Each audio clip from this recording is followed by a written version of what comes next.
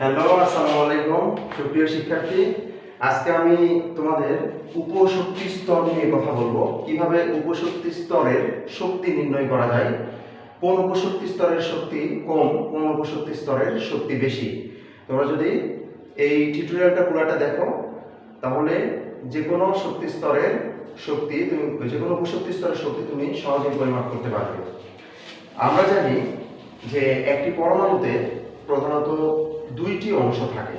পরমাণুর স্ট্রাকচারাল কাঠামো যদি আমরা অ্যানালাইসিস করি তাহলে দুটো অংশ পাই। একটা হচ্ছে নিউক্লিয়াস এবং বাহিরের কক্ষপথসমূহ। তো কক্ষপথের যে নির্দিষ্ট স্থানগুলোতে ইলেকট্রন সমূহ অবস্থান করে সেগুলোকে বলা হয় উপশক্তি স্তর।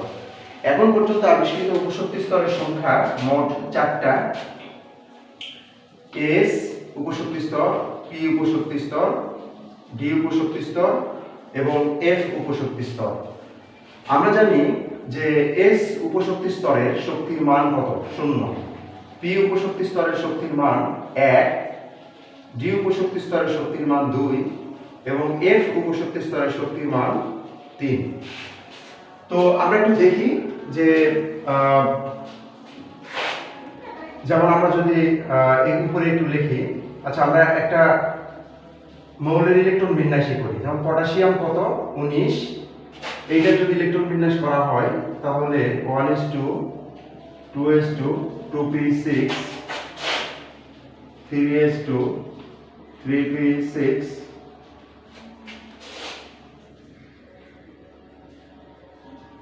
এরপরে কি হবে?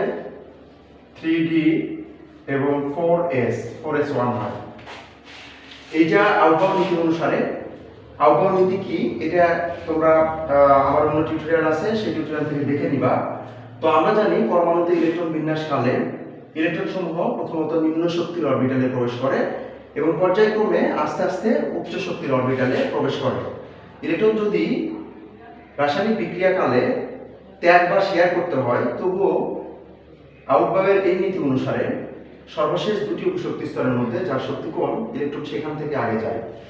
তো তাহলে এখানে যদি আমরা 3d এবং 4s এই দুটার শক্তি পরিমাপ করি তাহলে আমরা দেখব 3d, আমরা জানি শক্তি পরিমাপের নিয়ম হচ্ছে n+l এর নিয়ম আউটবাউ নীতি অনুসারে। তাহলে এখানে n এর মানে যে 3 প্লাস l মানে d এর মান। এই যে sp df যেগুলোকে বলা হচ্ছে এগুলোই হচ্ছে l এর মান। l হচ্ছে আমরা জানি যে 4টা কোয়ান্টাম সংখ্যা আছে। এই কোয়ান্টাম সংখ্যাগুলোর মাধ্যমে একটা পরমাণুর মধ্যে অবস্থিত ইলেকট্রনের বিস্তারিত অবস্থা প্রকাশ করা যায়। তো sp df এই 4টা অরবিটাল 4টা উপশক্তি স্তরকে প্রথমত l বা সহকারী বা অ্যাসিস্ট্যান্ট কোয়ান্টাম নাম্বার দ্বারা প্রকাশ করা হয়। এই ছোট হাতের l দ্বারা প্রকাশ করা হয়। আমরা এই অরবিটালের শক্তি মাপার জন্য n+l টা মনে রাখবো।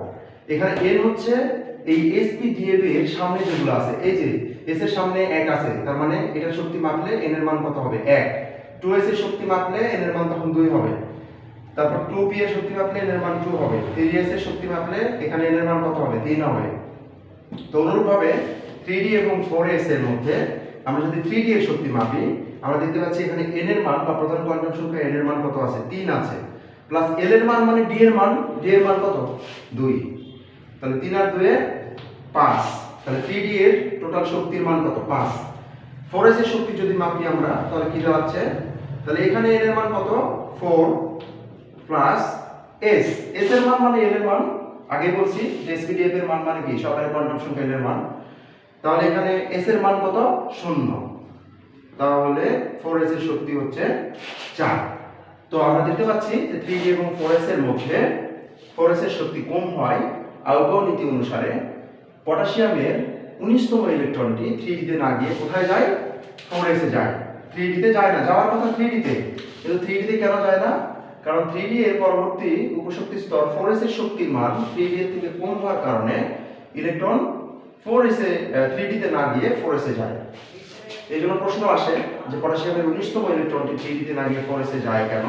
নবম দশক এসএসসি পরীক্ষার্থীদের জন্য এটা অনেক বেশি গুরুত্বপূর্ণ, যেটা আমাদের বিভিন্ন জায়গায় লাগবে। তো আমরা অন্য একটা উপশক্তি স্তরের শক্তি একটু মাপি, যেমন 2s এবং 2p। একইভাবে 2s, এই যে n এর মান কত? 2 প্লাস s এর মান কত? 0। তাহলে 2। আবার যদি আমরা এখানে 2p এর শক্তি মাপি তাহলে কি দাঁড়াচ্ছে বিষয়টা, এখানে এই যে n এর মান কত 2 আর p এর মান কত 1, তাহলে 2 আর 1 3, তাহলে 2s এর শক্তির থেকে 2p এর শক্তির মান বেশি। সুপ্রিয় শিক্ষার্থী, এইভাবে আমরা খুব সহজে যে কোনো উপশক্তি স্তরের শক্তি পরিমাপ করতে পারি। তো তোমরা রসায়ন খুব ভালো করে করার জন্য ইউটিউবে আমার চ্যানেল আছে, এই চ্যানেলটা সাবস্ক্রাইব করে দিবা, চ্যানেলের লিংক আমি তোমাদেরকে দিয়ে দিব। তো আজকের মতো এই পর্যন্তই, আবার তোমাদের সাথে দেখা হবে অন্য কোনো দিন, অন্য কোনো ভিডিওতে, অন্য কোনো